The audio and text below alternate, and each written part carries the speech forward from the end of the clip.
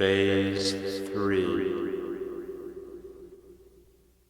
The only thing we have to fear is fear itself.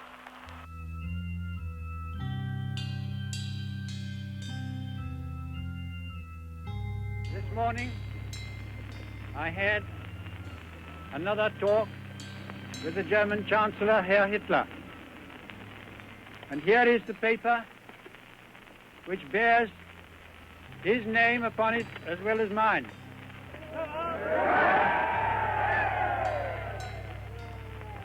We regard the agreement signed last night and the Anglo-German naval agreement as symbolic of the desire of our two peoples never to go to war with one another again. Never to go to war with one another again. Never to go to war with one another again. Berlin, Prague, Vienna, Budapest, Belgrade, Bucharest, and Tokyo.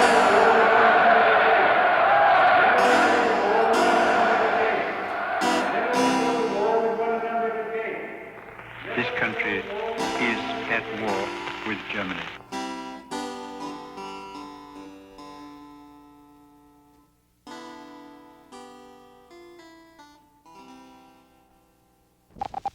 When one nation's lifeline crosses another lifeline, the result is a noose for world peace. It has been a pleasure to bring you Serenade. Today's broadcast is bulletin. President Roosevelt said in a statement today that the Japanese have attacked the Pearl Harbor, Hawaii, from the air.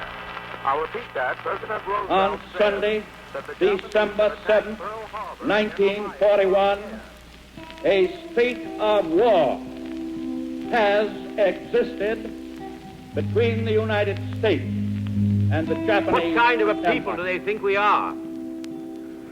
Is it possible they do not realize that we shall never cease to persevere against them until they have been taught a lesson which they and the world will never forget?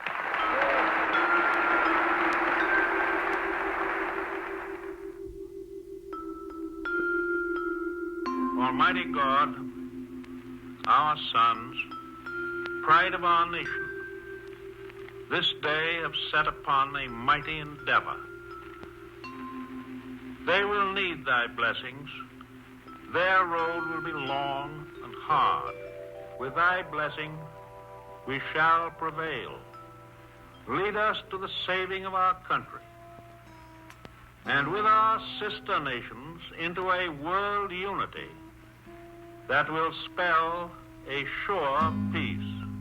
Help us to conquer the apostles of greed and racial arrogances. Thy will be done, Almighty God. Thy will be done.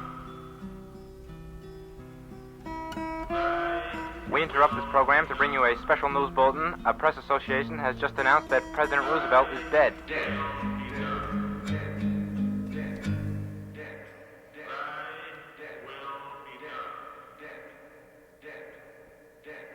The drums are wrapped in black crepe. They're muffled, as you can hear, and the pace of the drummers is so slow. And behind them, these are Navy boys. Now just coming past the Treasury, I can see the horses drawing the caisson. And most generally, folks having as tough a time as I am trying to see it. And behind it is the car bearing the man on whose shoulders now fall the terrific burdens and responsibilities that were handled so well by the man to whose body we're paying our last respects now. God bless him.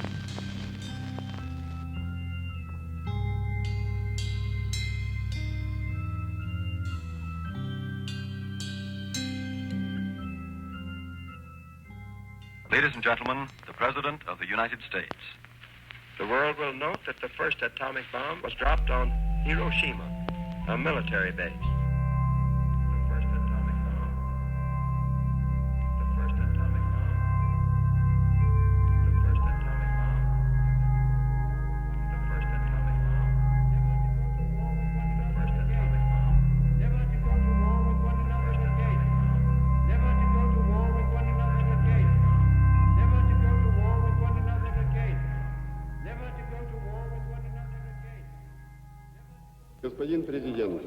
We have come here with an open heart and good intentions.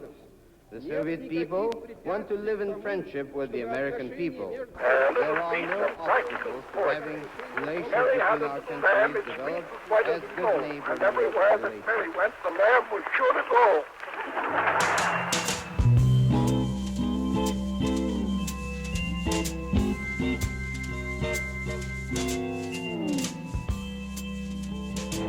Man ever elected to that office. Cries of greeting and good wishes from the crowd. And now, the inaugural address by the 35th President. Vice President Johnson, Mr. Speaker, Mr. Chief Justice, President Eisenhower, Vice President Nixon, President Truman, Reverend clergy, fellow citizens. Ask not what your country can do for you. Ask what you can do for your country.